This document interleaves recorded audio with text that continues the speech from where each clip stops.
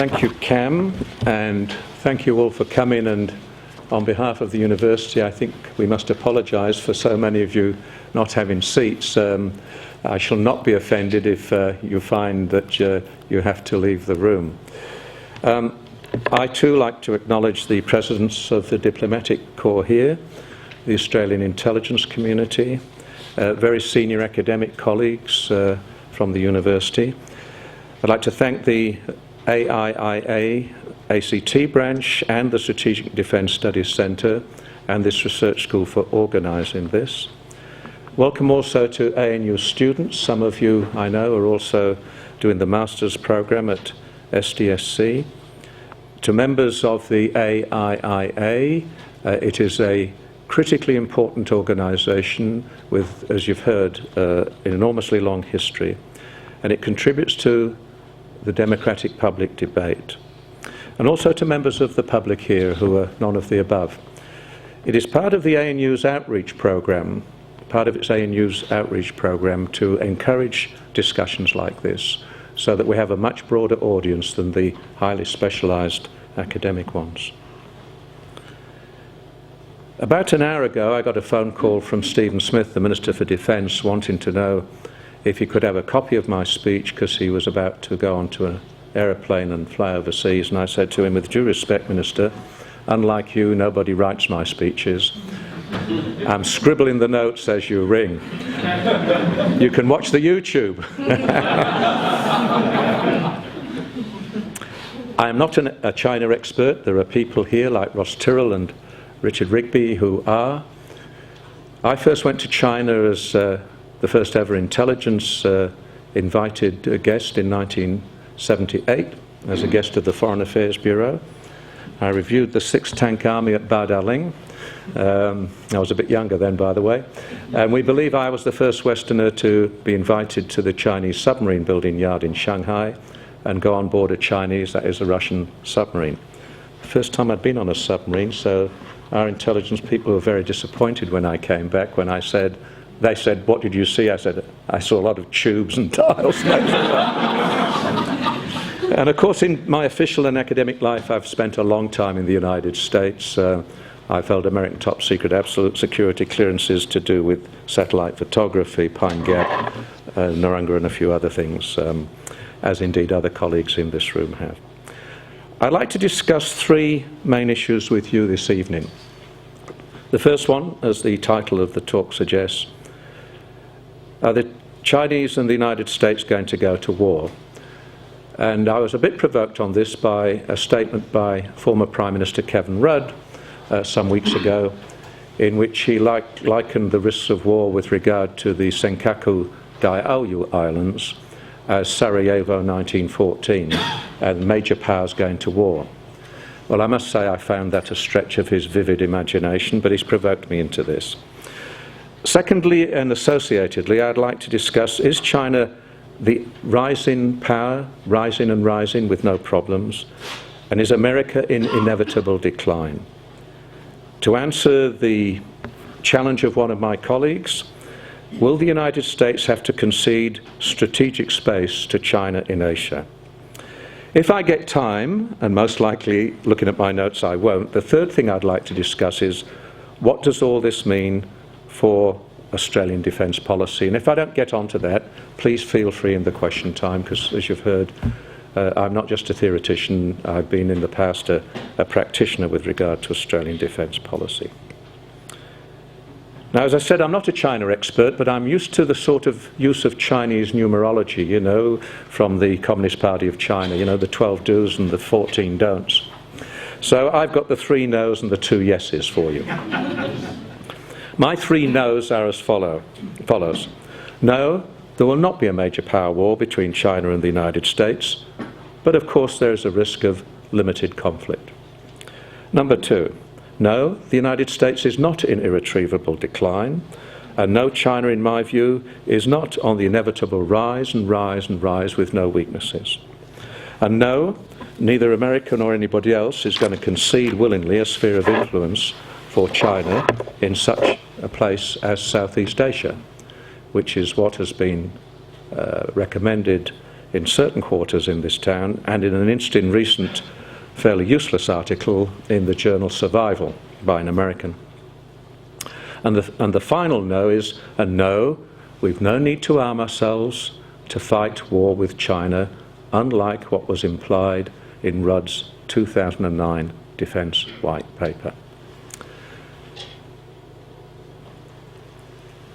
The two yeses are, yes, we need to focus more on managing the peace in Asia, and particularly in our own region, but we need to fix up the rules that are lacking in terms of confidence building and preventive diplomacy. And I'm concerned about the lack of cohesion and strategic rigour, particularly in Southeast Asia, with regard to their approach to security and security organisations such as the ARF. And the second yes is, yes, we do need to spend more than 1.5% of GDP on defence as soon as the economy improves, but there is no urgency about it. Where is the clear and imminent threat? Turning now to my conceptual framework, as I think many of you know, I'm a considerable believer in the balance of power theory. I know there are some colleagues here who don't care for that theory. Most of you are aware of the theory and how it worked in 19th century Europe, and how there are speculations how it may or may not work in our region. The academic theory of the balance of power suggests that bipolarity, such as existed between the former Soviet Union and the United States, was inherently unstable because there were not enough players, and that by comparison a multipolar situation with many players and checks and balances is a more stable situation. That is a matter of judgment. Some of you will agree with that and some of you won't. I think there is too much of the debate, however, in this town about effectively thinking it's a bipolar position between the United States and China. Of course, that is the most crucial relationship that you people, including you young ones, will see through your lifetime. It is the most crucial relationship of all, the United States-China relationship. But we must not just accept that there is a bipolar relationship. There are major players on the rise as well. Look at India, look at Indonesia, look at Vietnam, look at the ROK, and major players already established like Japan, and players that may or may not have a future as a major power like Russia. So one way or another, and however you interpret it, and you're welcome to your own views on this, we have a fairly complicated and competitive multipolar power situation. Next, as you know, writers have written about the rise and fall of nations throughout history and speculated on the cause for the rise and fall, and again there are many views on this. The most prominent book in recent decades was Paul Krugman's book, in which he proclaimed that economic growth was at the essence of the rise and fall of powers, and that without great economic power, you can't be a great military power, and you can't have great influence. Again, that is a contentious judgment. I particularly like Paul Krugman, by the way, because towards the end of his book, which was written in the late 80s, he cited my then just published book on the Soviet Union, which I called The Incomplete Superpower, which was not a welcome book in certain quarters in the United States in '89, not least not welcome in a place called Langley. But they got it wrong and I got it right. And Krugman quoted this book of mine at length in his last chapter, so look, his book is a really good book. Krugman, I think, tends to underrate domestic social and political fragilities, and I want to come on to those with regard to China, and indeed, we need to debate those in the United States. There are conceptually, in any case, two key points for strategic policymakers in the issue I'm about to discuss. And again, one of these at least is contentious, the other in my view is not, but we'll see. The first one is that we're now in a period of economic interdependence, the like of which the world has never seen. Some argue that at the turn of the last century, in the early 1900s, that was the last time when the world was so economically interdependent in terms of trade, investment, new technologies, you know, the aeroplane, the telephone, whatever, telegraph, and indeed travel. But you look at the depth of economic interdependence now, you look at the products you buy. My favourite example is my iPhone and my iPad. Where is it invented? Well, it wouldn't surprise me, not invented in China, invented in the United States. Where are some of the bits of kit made, including with rare earths? Japan. And where are they assembled with only 30% value added? In China. And you can go on about that if I recommend to you when you buy products, just have a look. Where are they made? And how many countries are involved? And I would put it to you that the global supply chains, including in the area I'm deeply involved with, that is defence policy and defence equipment, there is a very complicated and tenuous global supply chain. It depends on just-in-time delivery in many ways. Of course, if I can criticise myself, there was a famous professor of international relations in 1910 called Norman Angell, who wrote a book called The Great Illusion, who proclaimed, and I see the ambassador's nodding his head, who proclaimed 1910 that the Kaiser's Germany and Britain were so interdependent on each other economically, technologically, travel, royal family, that it was absolutely insane to think that war would break out. And of course 4 years later it did. But that was then, and now is now. And I would say that the interdependence economically now is an order of magnitude, or several orders of magnitude different. The second one, and you'll make your own mind up on that one, I think I'm on much firmer ground, I believe, on the second fundamental strategic policy issue that will inhibit war in our region, and that is, plain and simple, nuclear deterrence. It has worked for over 70 years.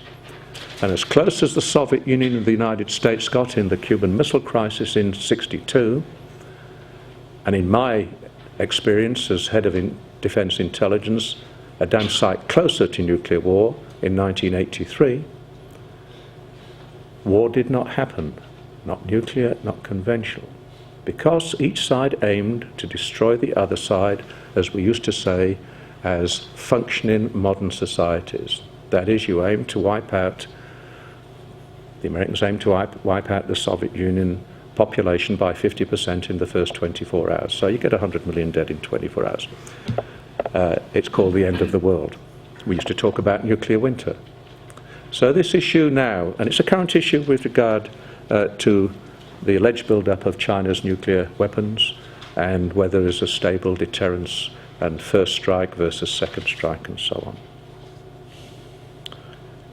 Some people believe that in the event of a limited conflict between the United States and China, which would escalate, that, for instance, says one theory, China could drop a nuclear weapon on the American base in Guam, and the Americans wouldn't dare do anything about it because of the risk to Los Angeles and New York. All I can say is the people who believe that don't understand the United States and how when it decides to go to war, it don't mess around. It don't mess around at all. Look at Iraq. Look at Hiroshima and Nagasaki.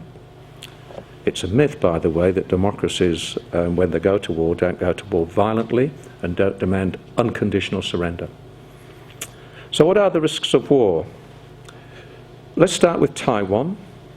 Let me quote last week's Chinese PLA defense white paper, in which that white paper said, and I quote, "Cross-straits relations are sustaining a momentum of peaceful development." I think that's dead right. I think we've largely gotten over the risk that Taiwan might unilaterally declare independence and thereby undoubtedly provoke China. And that would not be anything in any case that the United States would want.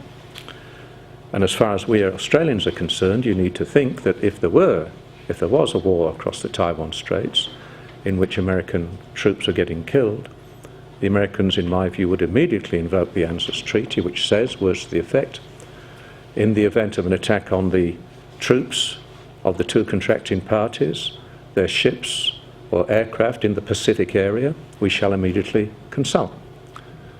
But for us not to actually be involved in such a conflict, if it was Chinese aggression unprovoked by a Taiwanese declaration of independence, that would raise very serious foreign and defence policy issues for us.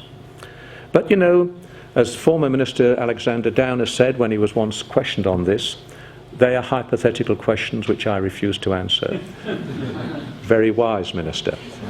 And I think, you know, we can talk about what would happen, but I think we have to say the prospect of war between the United States and China over the Taiwan Straits these days is highly unlikely. And as the Chinese white paper says, the cross-straits relations are sustaining a momentum of peaceful development, and dare one say it, increasing economic interdependence. The second one is more serious, and there are people in this room who know more about this, and just remember I don't get intelligence updates these days. North Korea, a much more dangerous situation than Taiwan. You can't rule out a stupid and ill-calculated use of a nuclear weapon by this 28-year-old seeking to impress his military bosses. But it's not in the interest not only of the United States and South Korea, demonstrably, given where Seoul is with regard to the Korean border, but I would argue it's certainly not in China's interest. Look how China has distanced itself of late from the DPRK. And by the way, in the event it was an outright DPRK use, for instance, of a nuclear weapon against the South, somebody needs to tell the leadership in Pyongyang, as I've just said earlier, the response from the United States would be overwhelming and massive. So let's put it in the more dangerous situation, but still unlikely. I won't say very unlikely, but unlikely. I think the East China Sea, Senkaku Dairyu, and the South China Sea, and the issue of Chinese claims in the South China Sea and the so-called 9 dotted line has pushed members of ASEAN away from China and closer to the United States. Not all members of ASEAN, but a significant number, not least as a result of the meeting of the ASEAN ministers in Phnom Penh last June, when clearly the Chinese Foreign Ministry lent on the Cambodian leadership. As we speak today, some of you may have heard the news that near the Senkaku Islands there are some Japanese citizens occupying the island, and that there are Chinese surveillance vessels, allegedly 8 of them, coming close to the waters. And I think, and I can only quote to the news, that the Japanese Prime Minister has said that any Chinese people landing on the Senkakus will be deported. I suppose that'll be the sort of Japanese version of illegal refugees, you know. But I do not think, even if something happened over Senkakus and there was an exchange of fire, and remember there was allegations a few weeks ago that a Chinese boat had done a radar lock-on to a Japanese boat, that whilst one cannot eliminate conflict by miscalculation, you would hope and expect it would be limited.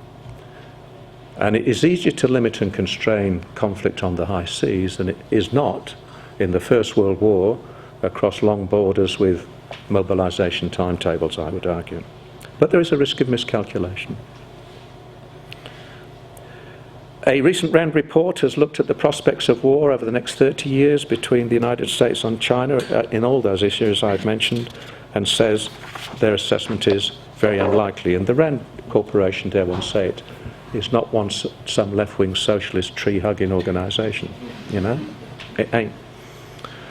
Australia in the Asia Century, our white paper earlier this year, says very much the same thing about major power war being unlikely, or some would say less than remote.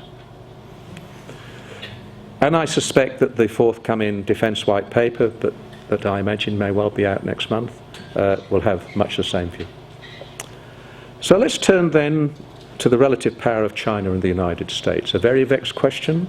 You'll have your own views, and you must have your own views.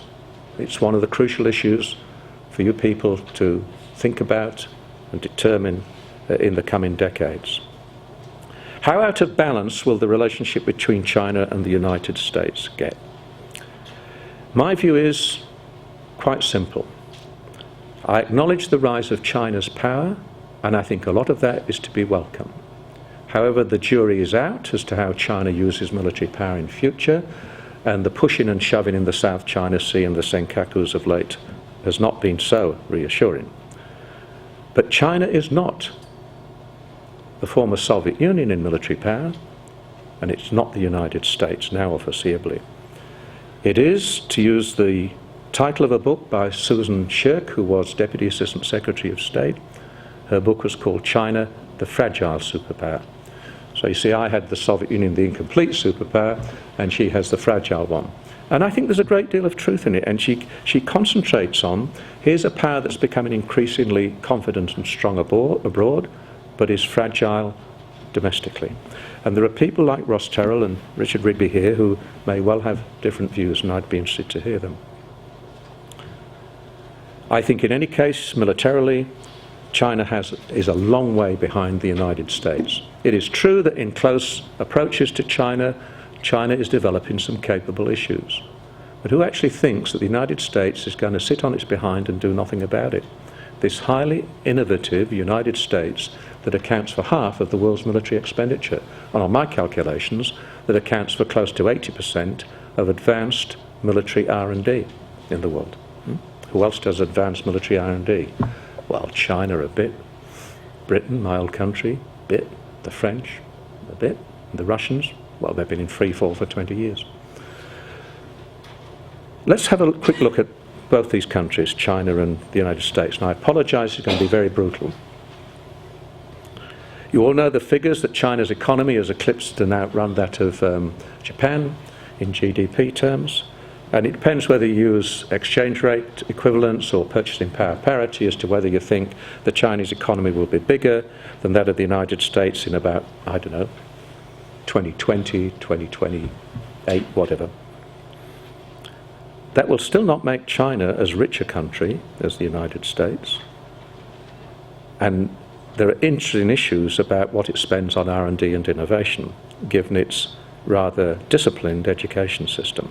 In any case, one of the key weaknesses, I believe, of China is, if I'm right, by 2015, 2 years from now, the Chinese workforce will start to decline in absolute numbers because of the one-child policy, and there's nothing they can do about it. And the figures I have is that by about 2040, over 380 million Chinese will be over the age of 60. If you think those two things I've just given you don't have serious geopolitical implications, you'd be wrong. Already, Chinese labour rates are going up, and some companies soon will be looking at India, Vietnam, Indonesia. And when you've got nearly 400 million people over the age of 60, and you don't have a good healthcare system, aged care system, and indeed good health system, the sort of money you're going to have to apply to aged care is serious, as we know only too well, don't we?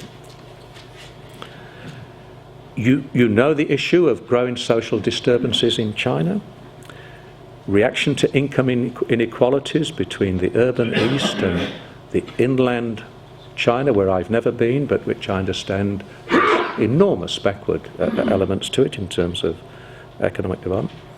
The corruption that is acknowledged by successive Chinese leadership, but which they seem to do little about. The costs of health and aged care and unemployment benefits, all those things I've mentioned.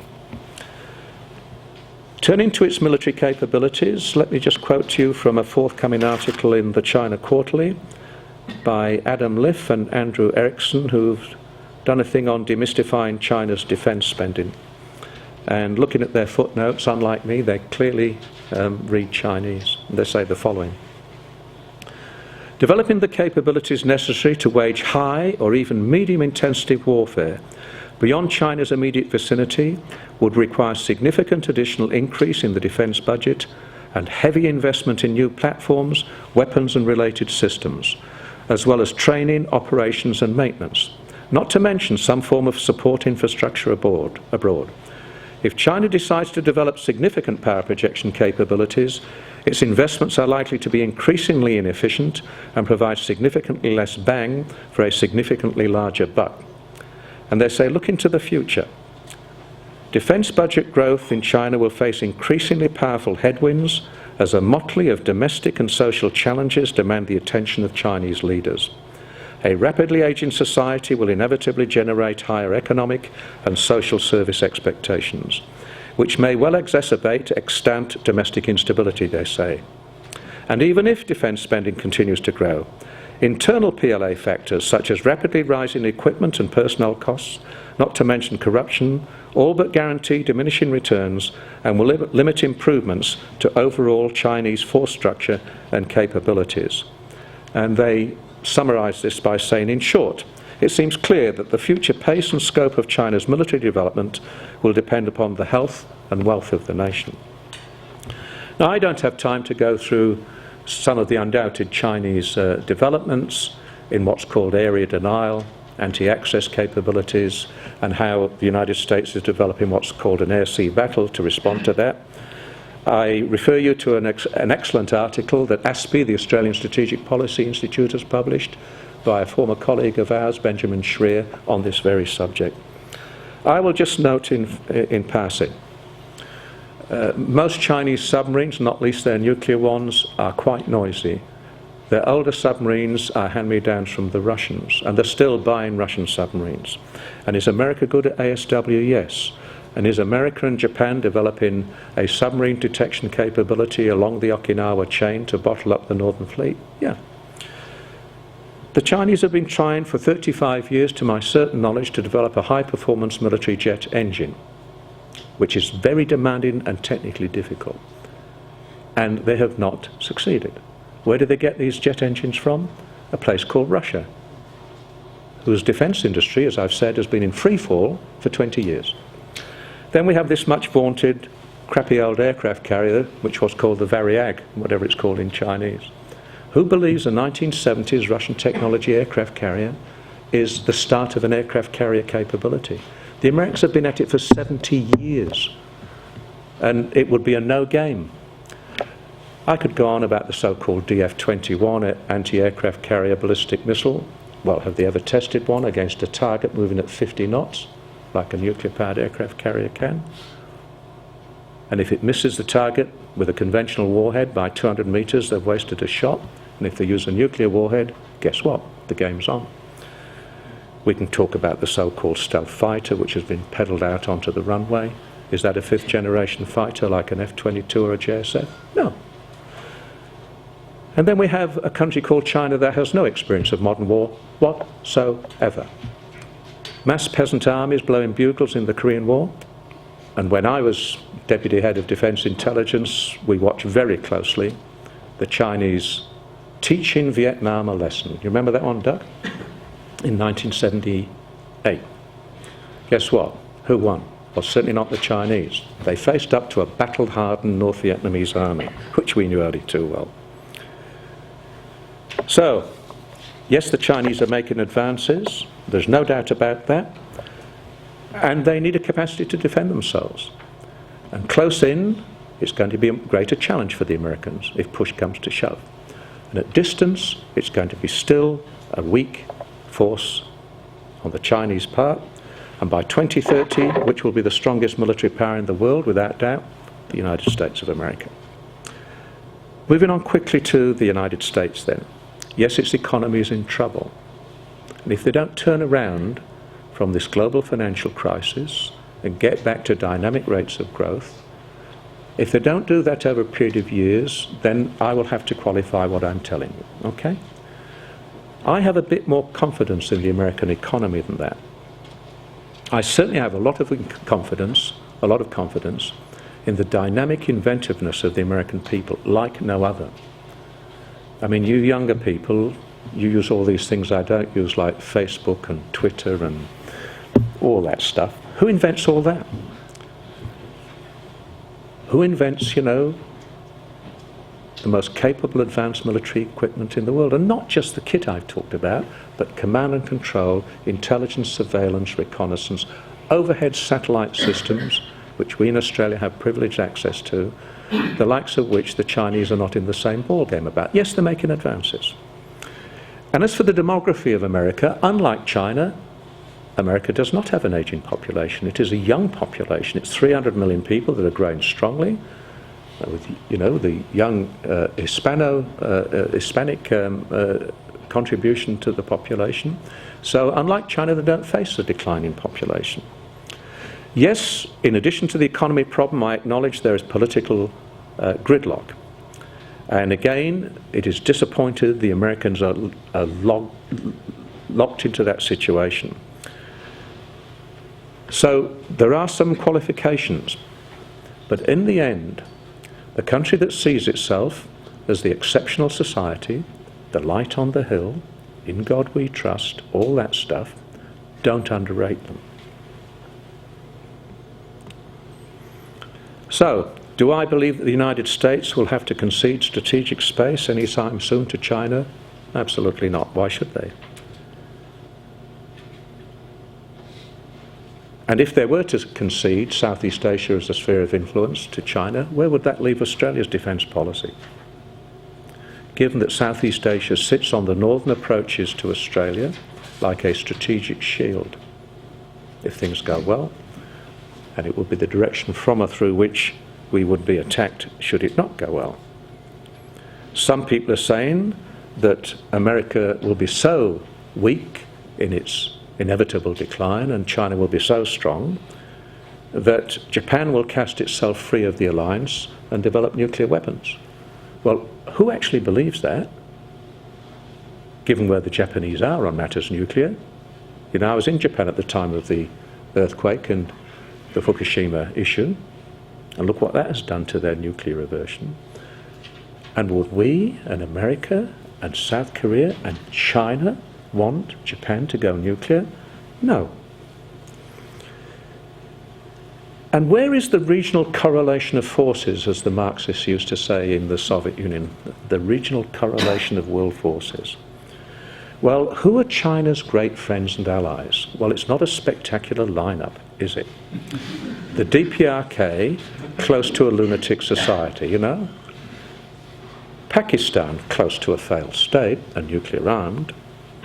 Until recently, Myanmar, who've suddenly decided, don't like the Chinese, cast their lot in with the West. And who else? Who else? And on the American side, you've got Japan, the ROK. In my view, most, if not all, of the ASEANs move in not to an alliance with America, but increasingly cautious about the way in which China is throwing its weight around in the South China Sea. So, from the United States, Washington point of view, the correlation of forces of allies and friends is formidable.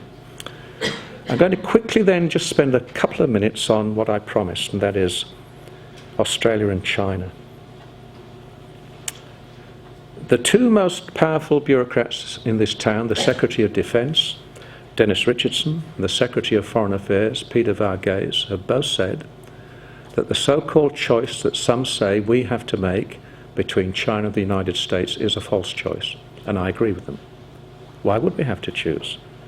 You know, in the practical world of diplomacy and policy, it's actually possible to walk and chew gum at the same time. You know, it really is. I mean, it's like some of my academic friends, you know, type me as a hardline defence realist. Yeah, well, when you sit in the Department of Defence ordering weapons systems which are meant to kill people, you're actually a realist. But you also run a program called the Defence Cooperation Program in Southeast Asia and the South Pacific that, you know, is liberal institutionalism, if you like. So the real world of policy is not like the world of academia, where you're either a realist or a liberal institutionalist, or, you know, you're for this or against that. It is more sophisticated, frankly. And does either the United States or China believe they have to choose between each other and friends and allies? And do other countries, not just Australia, but do other countries believe they have to choose? Does Japan believe it has to choose, or the ROK? Or can they believe they can do both things? There is only one codicil and caution to this, and that is, there will be a compulsion to choose if China becomes militarily aggressive and expansionist, and I don't see that. I mean, yeah, it's monkeying around in the South China Sea, and it needs to behave itself more, and it needs to be careful about the Senkakus, but this is not the former Soviet Union, hell-bent on territorial expansion, you know? Or indeed, these days in China, hell-bent on ideological expansion. No, it's not. There are dangers, however, as Suzanne Shirk would say about the fragile superpower, that if the internal challenges and problems in China become more serious, And as people drift away from really believing in communism to actually expecting the sort of devil's deal is, we'll let you rule us even though you're not legitimately in power as the Communist Party of China, as long as you deliver the economic welfare. Should that falter, Suzanne Shirk talks about, would then a Chinese leadership focus on external aggression?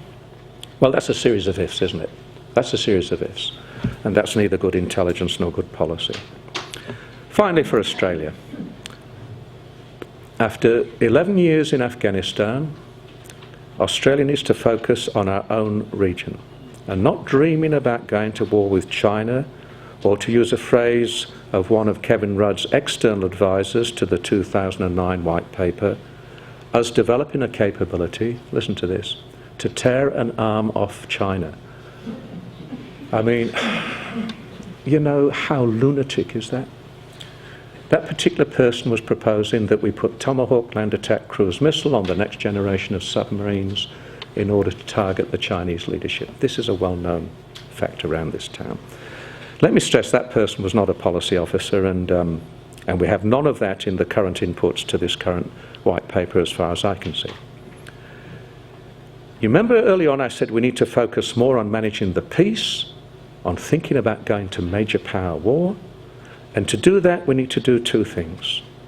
We need to strengthen confidence building and preventive diplomacy, the thing I'm about with this ASEAN Regional Forum thing I've been to for 6 years, and I'm about to go to in 3 weeks' time to Honolulu to talk yet again with 27 countries about preventive diplomacy. The disappointing issue in those meetings is I've tried for 5 of those 6 years to get the Chinese delegate, who's generally a retired, very senior ambassador, to agree to a discussion, that's all, a discussion, on an avoidance of naval incidents at sea agreement like the Soviet Union had with the United States in 1972, which said, warships in close proximity to each other shall not point guns, missile systems or lasers on each other, shall not illuminate the bridges of warships with high-powered lasers, and shall not interfere with the line of direction of a warship taking off or landing aircraft. And it had some similar cautions about aircraft. And the fact is that Japan has an agreement with Russia in that regard, in which the wording is taken directly from the 1972 US-Soviet agreement. And the ROK has an agreement using exactly the same words as the 1972 US-Soviet agreement, and yet the Chinese will not even discuss the issue. And what is the problem here? What is the problem here? The second thing we need to do is to recognize that Southeast Asia is the linchpin of the Indo-Pacific region, which is not an entity. It's an embryonic strategic concept. But if you look at a map going from the west coast of Africa through to the Pacific, Southeast Asia sits there as the linchpin. You remember I say, from an Australian point of view, it is our strategic shield. If things go right, it would not be a strategic shield if the United States conceded a sphere of influence, which it isn't going to do, to China in that regard. So we need to focus more on Southeast Asia, and in particular, I think a number of us are concerned about the lack of strategic direction and cohesion in ASEAN, and about the security organisations like ASEAN and the ARF, which are good at talking, they're talk shops, but they're not good at getting something going forward. But they're trying to do that with the Chinese on a code of conduct in the South China Sea, and again, with very little good response, I'm afraid, from China. So you see, those of you who think I'm only a realist can see that defence policy is not just about war fighting. It's about confidence building, preventive diplomacy, encouraging regional cohesion. Final 2 points. Do we need to spend 3 or 4% of GDP on defence against a mythical China threat? Demonstrably and absolutely not. But we do need to spend more than the 1.5% of GDP at present, which is the lowest since 1938. That is not to drum up threats of, you know, the Sudetenland and here comes Hitler. It is just that, in my experience, something around about 2% of GDP is more likely to sustain a defence force of less than 60,000, but with modern submarines, aircraft and other equipment to make sure that we have a clear margin of technological advantage in our region, which successive governments, both coalition and Labour, have supported since the Kim Beazley White Paper of 1987. So, our focus needs to be on our own region, and let me just finish by saying what that region is in military operational terms. It's clearly not the Indo-Pacific, all of it, and it's clearly not all of Asia. In terms of operational and force structure priorities, my definition of our region is the Eastern Indian Ocean, Southeast Asia, including the waters of Southeast Asia, therefore the South China Sea, plus the South Pacific and our Southern Ocean approaches down to Antarctica. On my rough estimate, that adds up to more than 10% of the Earth's surface. That's more than enough of a challenge for an ADF of 59,000 people without us drumming up threats of going to war with China. Thank you.